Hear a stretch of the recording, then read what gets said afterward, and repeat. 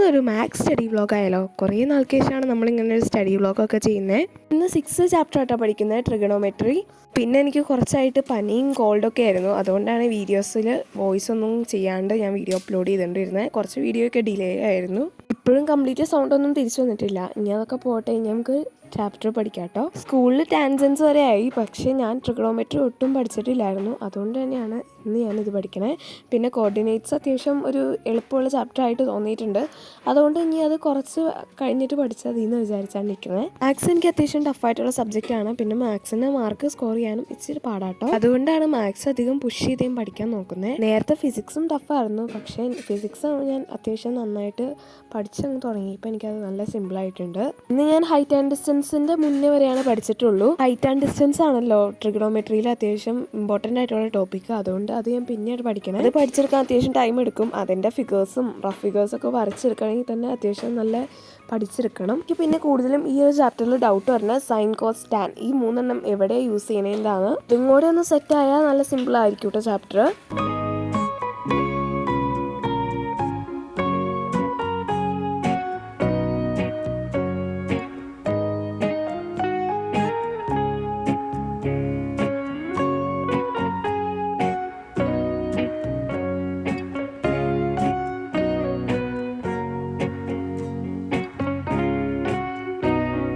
Give അവേയുടെ കാര്യം പറയാം. ഏകദേശം നമ്മുടെ ചാനലിൽ 915 സബ്സ്ക്രൈബേഴ്സ് ആയി.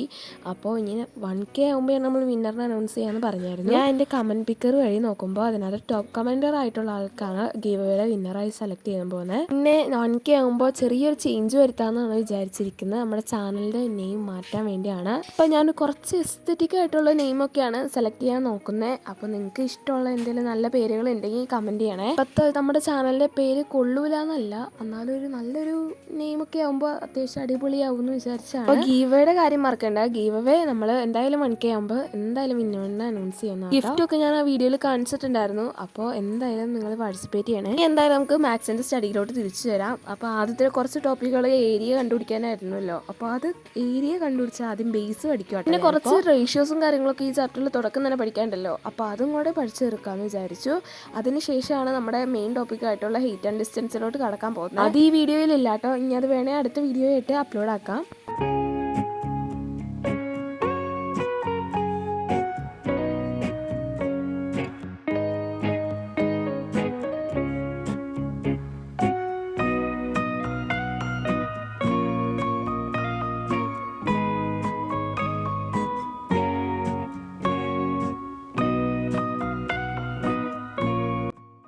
ഇനി ഇതുപോലത്തെ സ്റ്റഡി വ്ളോഗൊക്കെ വേണമെങ്കിൽ നിങ്ങൾ കമൻറ്റ് ചെയ്യണേ. പിന്നെ സ്റ്റഡി വ്ളോഗൊക്കെ എനിക്ക് വീക്കെൻഡിലാണ് ചെയ്യാൻ പറ്റുള്ളൂ. ക്ലാസ്സും ട്യൂഷനും എല്ലാം കൊണ്ടും എനിക്ക് ടൈമും അങ്ങ് ഒത്തല്ല കേട്ടോ. പിന്നെ എനിക്ക് സ്റ്റഡി വ്ളോഗൊക്കെ എടുക്കുമ്പോൾ ചെറിയൊരു മടിയാണ്. അത്യാവശ്യം ലോങ് വീഡിയോ എടുക്കാനാണ് മടി. ഷോർട്സ് ആകുമ്പോൾ വലിയ മടിയൊന്നുമില്ല, കാരണം അത് 60 സെക്കൻഡ്സ് അല്ലേ ഉള്ളൂ. അപ്പോൾ ഇന്നത്തെ സ്റ്റഡി വ്ളോഗ് ഇതേ ഇത്രയൊക്കെ ഉള്ളൂ കേട്ടോ. പിന്നെ നമ്മുടെ ഗീവ് അവേയിലും പാർട്ടിസിപ്പേറ്റ് ചെയ്യാൻ മറക്കരുത് കേട്ടോ. ഞാൻ പിന്നെ ഗീവ് അവേയുടെ വീഡിയോയുടെ ലിങ്ക് ഡിസ്ക്രിപ്ഷനിൽ ആഡ് ചെയ്യാം.